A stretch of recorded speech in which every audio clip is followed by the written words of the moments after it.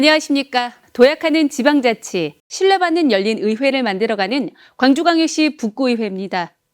제295회, 296회 임시회 북구의회 의정뉴스 지금 시작합니다.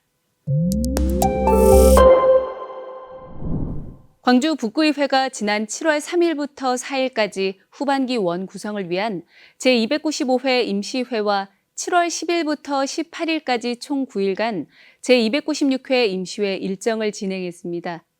제295회 임시회에서는 후반기 북구의회를 이끌 의장단과 상임위원장단 선출 등 원 구성을 마무리하고 이어진 제296회 임시회에서는 2024년도 주요 업무 추진 상황 보고 청취를 비롯해 조례안 12건, 계획안 1건, 동의안 1건 등 총 14건의 일반 안건을 심사했습니다.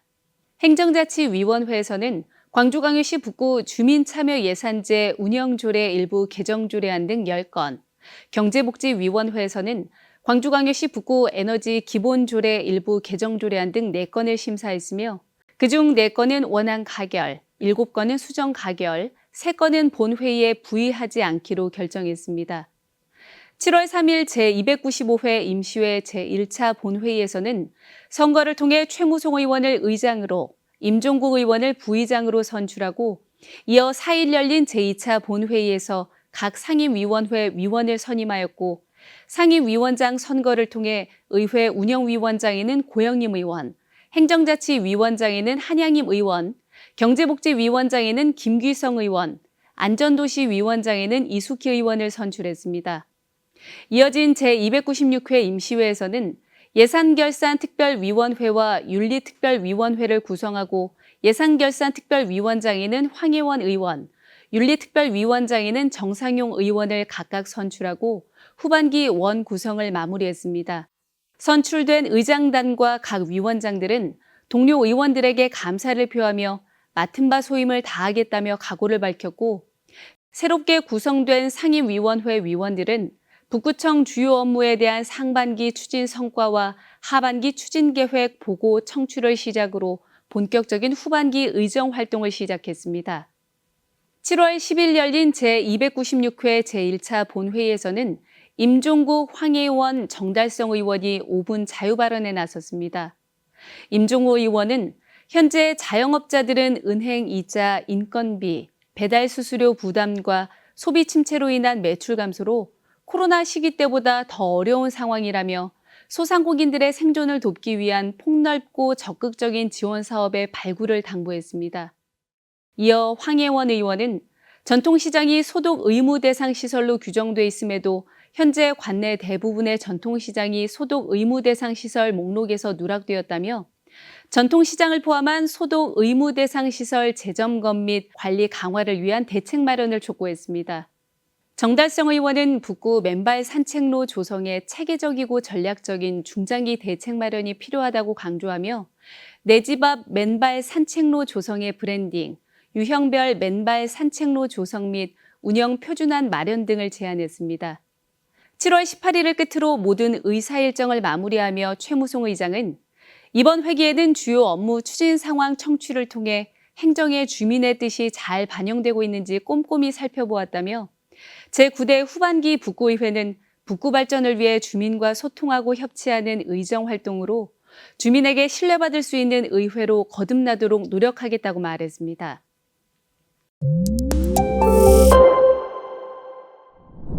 정달성 의원이 북구의회 자치법규 정비연구회의 연구 결과를 반영해 중소기업의 안정적 창업 및 경영 활동에 필요한 지원 규정을 구체화하고자 창업 지원 계획 수립, 창업보육센터 운영에 관한 사항 분리 등을 주요 내용으로 하는 광주광역시 북구 중소기업 육성 및 지원 등에 관한 조례 일부 개정 조례안을 발의했습니다. 손예진 의원이 신재생에너지 개발, 이용, 보급 촉진을 통해 에너지 절약, 온실가스 배출 저감 및 탄소 중립 정책을 실현하고자 에너지 절약과 신재생에너지 개발 촉진, 온실가스 배출 저감 목표 기본 방향 설정 등의 내용을 규정한 광주광역시 북구 에너지 기본 조례 일부 개정 조례안을 발의했습니다. 기대서 의원이 영유아 보육법 개정 사항을 반영하고 보건복지부 지침에 따른 관련 조문을 정비해 보육 업무의 통일성과 안정성을 도모하고자 영유아 연령 기준을 7세로 상향, 위탁자의 연령 기준을 반영한 운영 위탁기간 조정 등의 내용을 담은 광주광역시 북구 영유아 보육조례 일부 개정 조례안을 발의했습니다. 지역 자영업자들은 높은 운행이자, 인건비, 배달 수수료 부담에 대해 소비 침체로 인한 매출 감소로 사중고에 시달리고 있는 실정입니다.